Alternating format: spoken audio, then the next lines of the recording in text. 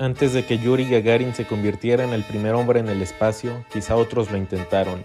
Sus nombres fueron borrados, sus voces se perdieron en el vacío y sus historias se convirtieron en la leyenda de los cosmonautas fantasmas.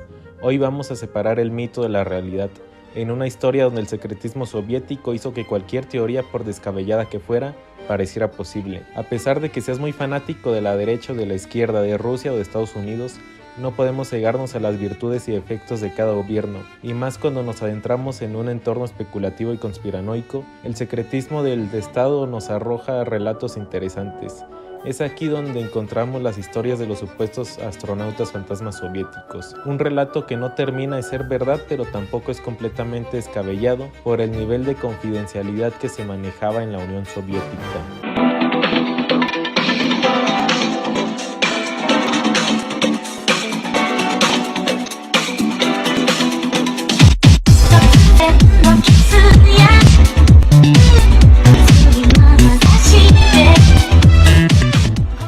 Una vez las potencias del eje fueron derrotados en lo que fue el conflicto más colosal que había experimentado la humanidad, quedarían dos superpotencias totalmente opuestas, los Estados Unidos y la Unión Soviética, y ante el temor de un invierno nuclear, estas jamás decidieron enfrentarse directamente. Su campo de guerra tuvo desarrollo en otros territorios y otros campos, entre ellos la ciencia. En este contexto es donde se trazó la meta de llegar al espacio y a la Luna. En estos hitos tenemos que entender que había un gran secretismo entre los programas militares y científicos, cosa que por decir los estadounidenses tuvieron durante el proyecto Manhattan y ahora repetían la misma fórmula, por lo que también cualquier fallo era silenciado. Por otro lado, la Unión de Repúblicas Socialistas Soviéticas tenía la costumbre de eliminar de los registros a sus pilotos y científicos fallecidos en accidentes. Escenario perfecto para que las teorías ocultas y especulativas florezcan. Durante los años previos al vuelo de Yuri Gagarin, la Unión Soviética está obsesionada con el prestigio internacional. No querían hacer solo ciencia, querían proyectar la visión de que el socialismo podía vencer al capitalismo y a la gravedad. En ese contexto, cualquier fracaso era una vergüenza política, un golpe al orgullo nacional.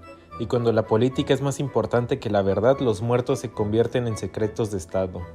En diciembre de 1959, un supuesto alto funcionario checoslovaco filtró información perturbadora.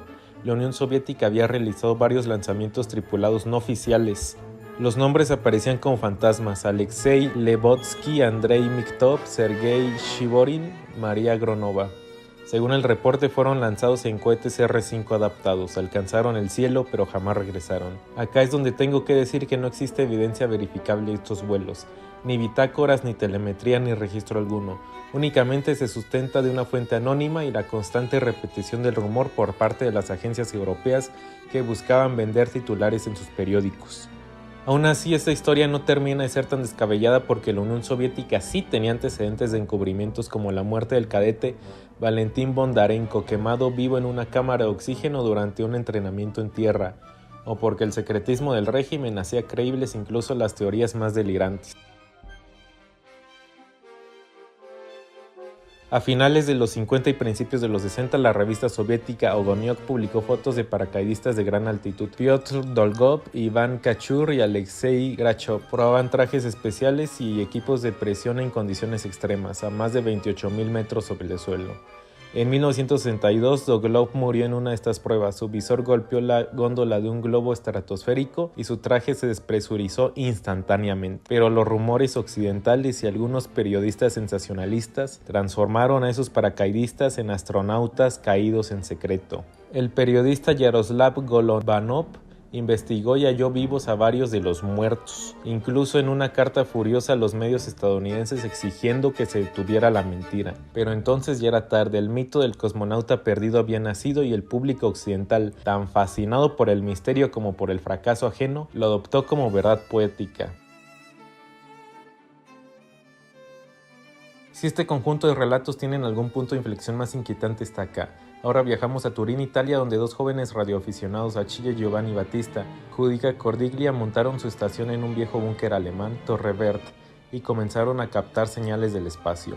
Estos jóvenes aseguraban haber escuchado transmisiones soviéticas donde en su contenido había gritos, jadeos, suspiros, oraciones y voces humanas que se apagaban lentamente en una cápsula mientras daba vueltas alrededor de la Tierra.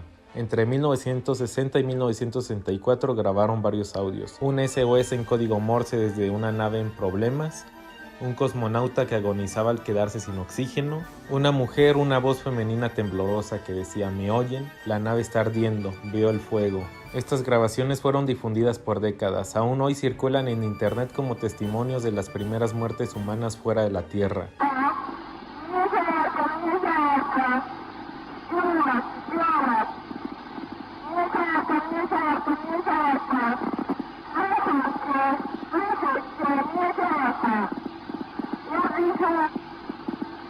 Otra vez se nos cae parcialmente este aire de misterio cuando al someterse a un análisis lingüístico se notaron errores gramaticales, protocolos de radios erróneos y acentos que no eran rusos, y aunque probablemente se trate de un fraude, nuestra mente humana, que es sensible al sufrimiento ajeno, quiere creer que detrás de estas voces hubo alguien. La pieza del rompecabezas tiene un nombre y apellido: Vladimir Yushin, hijo del legendario diseñador aeronáutico Sergei Yushin, un piloto de pruebas brillante, condecorado y según algunos el verdadero primer hombre en el espacio. Días antes del vuelo de Gagarin, al periodista Denis Ogden publicó una nota afirmando que Yushin había sufrido un accidente automovilístico, que en realidad encubría un vuelo orbital fallido.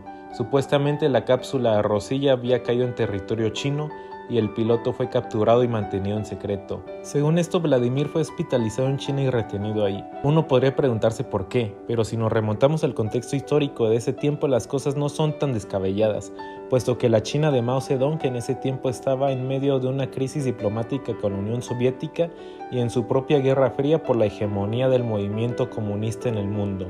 Pero ni el NORAD ni los observatorios de Occidente detectaron ningún lanzamiento. Años después, Yushin jamás confirmó la historia. Se retiró en silencio, dedicándose al deporte, y murió en 2010 sin hablar del tema, quizá porque no había nada que decir o quizá porque había demasiado. Al final, estos mitos no sobreviven ni se sostienen por evidencia, sino por la belleza trágica en la que son envueltos. Nos recuerdan que detrás de cada bandera o logro tecnológico hay hombres de carne y hueso que son vulnerables como nosotros, olvidados y sacrificados por un sueño que tal vez nunca les perteneció. Y de cierto modo, todos los que miramos las estrellas con la esperanza de trascender también somos un poco fantasmas, intentando que nuestra voz no se pierda en el vacío.